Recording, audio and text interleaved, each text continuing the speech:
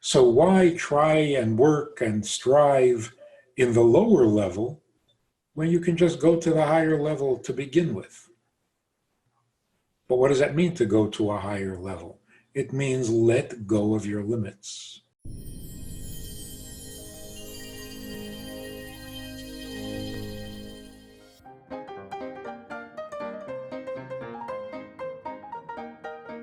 Mazel, the Hebrew word for luck or fortune,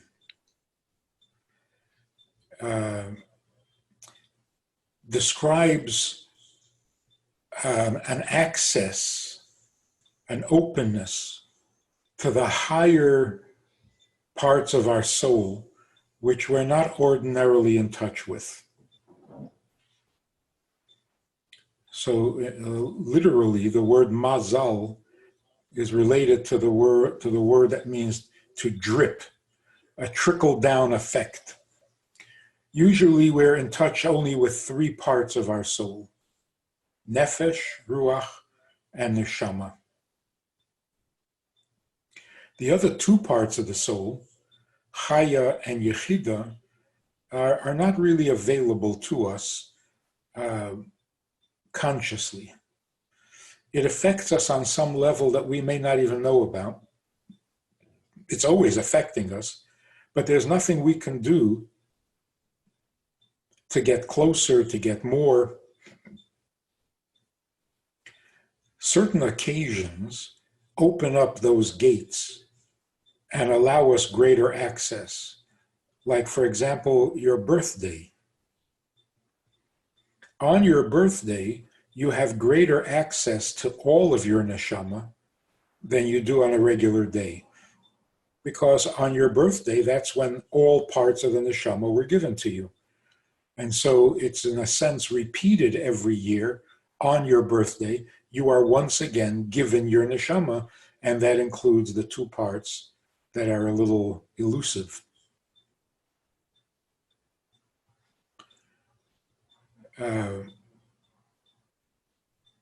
There are dramatic moments where, because of the intensity of the experience, you become sensitive to the higher parts of your neshama.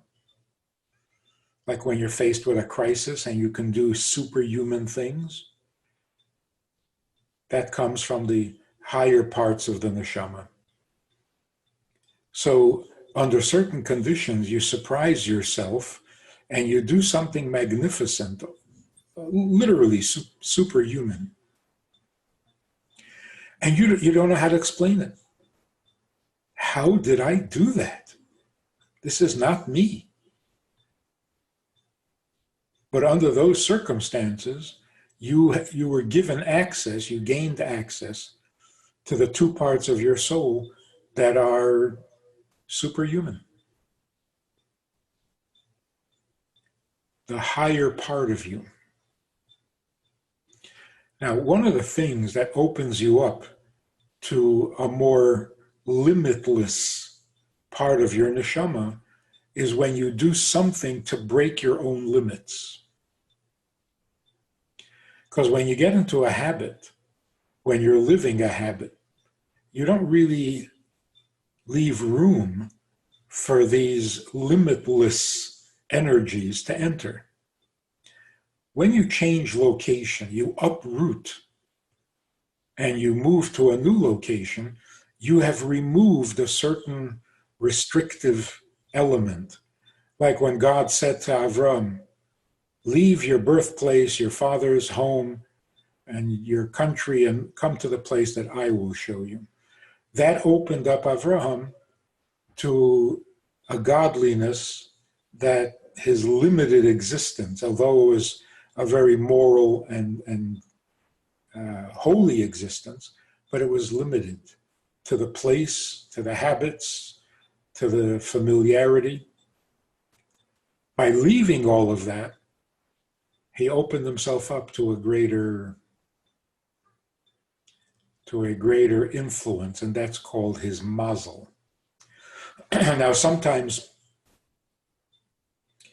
you gain access to the fourth level of the soul, which is chaya, but not necessarily to the fifth level. And sometimes you get opened up even to the fifth level. So Mazel means what can open you up to the two parts of your soul that you don't otherwise ordinarily have access to.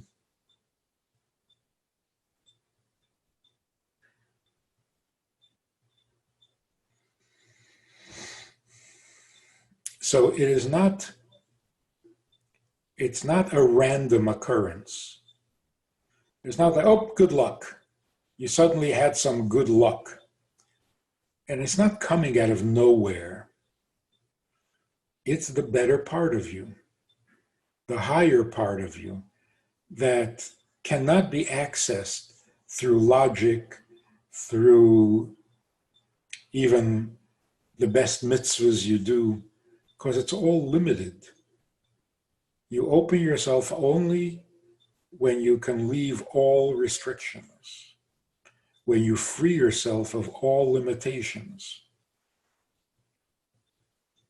And that may be what the Rebbe Marash meant when he said, L'chatchila aribe.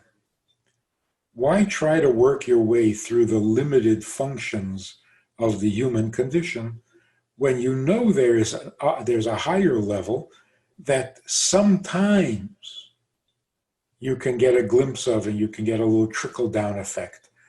So why try and work and strive in the lower level when you can just go to the higher level to begin with? But what does that mean, to go to a higher level? It means let go of your limits. Open yourself up to greater possibilities than your personality and your imagination allow. So I don't know if we would call that a greater amount of faith or a greater leap of faith or true trust in God, where you're willing to try things that you reasonably or rationally know you're not capable of. Like, for example, going on shlichus. Now it seems quite natural because we've seen it work. But in the early years, I mean, talk about changing location. It's not like you're moving from one neighborhood to another. You're leaving behind everything you're familiar with.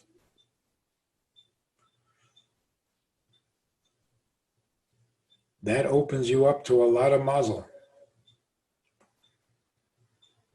And we can see what it does to people. The shluchim are the ones who gain the most.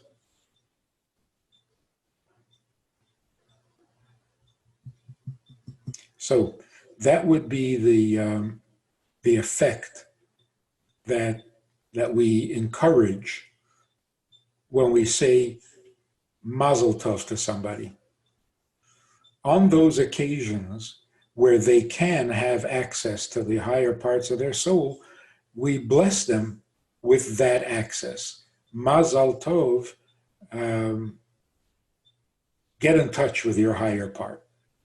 Whether it's your birthday, your anniversary, your wedding day. Mazel Tov. Get your good mazel. Get that trickle-down effect from your neshama that you don't ordinarily experience. Even the thought of getting married, the willingness to be married, means the willingness to leave everything familiar and go into an adventure that you cannot predict the outcome. You don't know what's going to be, who it's going to be, and yet you're open to it. That increases your mazel.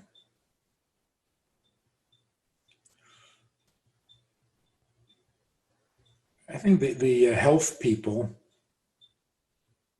say that there are certain problems, illnesses, that come from stagnation. And the cure is simply make a change. Make a dramatic change in your lifestyle or in your location or something, and you will be healthy. You will heal. That means open yourself up to that higher muzzle and you'll be okay. But what it takes is a dramatic shift, a dramatic change. Let go of the limits. Like people who are told that their prognosis is not good, and that kind of sparks a rebellion in them, and suddenly they are determined to overcome everything. That opens them up to a greater mazel, and they succeed. So some will say, well, that's their will to live is so strong. Everybody's will to live is strong. But some people don't even think of making changes when they're not well. On the contrary, they dig in to their comfort zone even more, because now they're frightened, now they're timid, now they're cautious. So they hang on to the comfort zone more than before. That's not helpful. Those who say, okay, then I'm going to change, I'm going to do whatever it takes, all bets are off, I will give up everything, no more limits, I'm going for it. That openness, that shedding of the restrictions, that brings a greater mazel. So every time we do something that kind of shakes our comfort zones, we open ourselves up to a greater mazel. And certainly getting married is a strong form of abandoning your comfort zone. Having a child. So when a child is born, we say Mazel Tov to the parents, not to the child.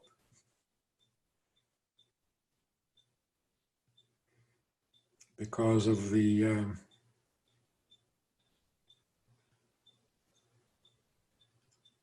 parents' new approach or new access to life, a higher life. If you enjoyed this conversation or this topic, and you're looking for more information, or you want to hear it again from another angle, there's a way to do that. And that is in this book. It's all there. Order it from Amazon. You can read it, reread it, and share it. I want to invite you to join us as VIPs, partners in our work, and join us also for a personal chat with other members of the VIP club. We talk about many things. There's an opportunity to ask, to respond, to make a comment, to meet the other supporters. And together we can really make a difference in Jewish life and in life in general. So join us. It's goodtoknow.org. Log in, call, make contact, and join us with the VIPs.